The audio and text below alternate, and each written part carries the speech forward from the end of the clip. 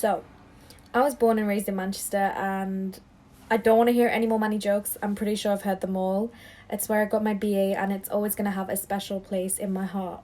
But I left Manchester for my masters for personal reasons and academic reasons. I wanted to be a lot more independent, and Manchester just didn't do the course I wanted for my postgrad.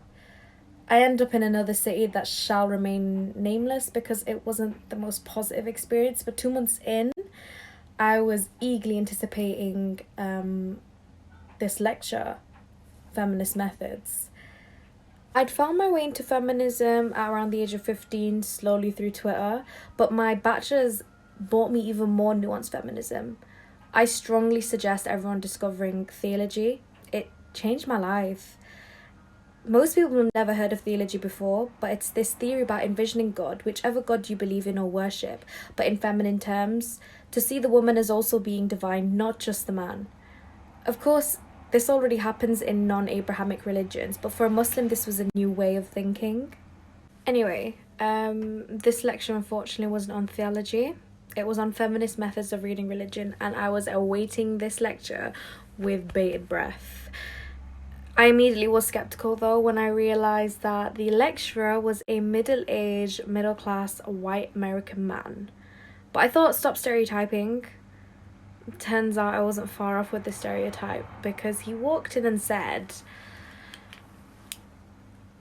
"I am not a card-carrying feminist. I believe it's gone too far." What? Are you joking?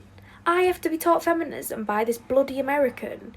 He clearly been forced to teach this, or it's as if someone had threatened him, or he had this misguided notion that he's going to rescue all feminists from their silly beliefs. He continued, "I just think feminism has gone too far. What more do women want? Complete domination. Ha ha ha." Ugh. He kind of reminded me of Professor Snape from Harry Potter. A complete and utter arsehole. I have no positive thing to say about him. Wait, one, he gave me a first on my essay one time, but it wasn't on feminism. Other than that, no positive qualities at all. He also spent a lot of the lecture picking on me. I thought I was crazy at first, but shortly realised that I am the only visible woman of colour making her point known.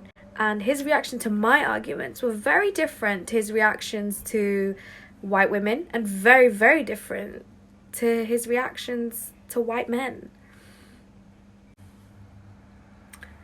Following an atrocious lecture, he sent around an email saying that he was worried we misunderstood each other and that we should have an open discussion about the lecture.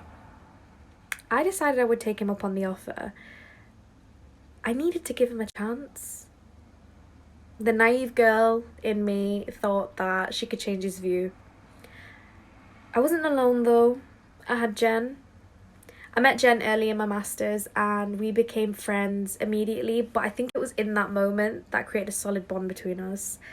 She held similar views to me. We could talk about equality for hours, but unlike me, she was confident in getting into arguments with people about her beliefs and defending them. I tend to only fight people online, on Twitter, or my imagination. I need to work on that. But I guess that's the beauty of social media. I can rant at people without the worry of being seen as over emotional or having time to control my anger. Although that may be because that I'm a visible woman of colour. Jen is also a woman of colour, but she's white passing, so it's easy for her to be taken seriously. In public, I can feel people discounting my opinions as soon as I open my mouth.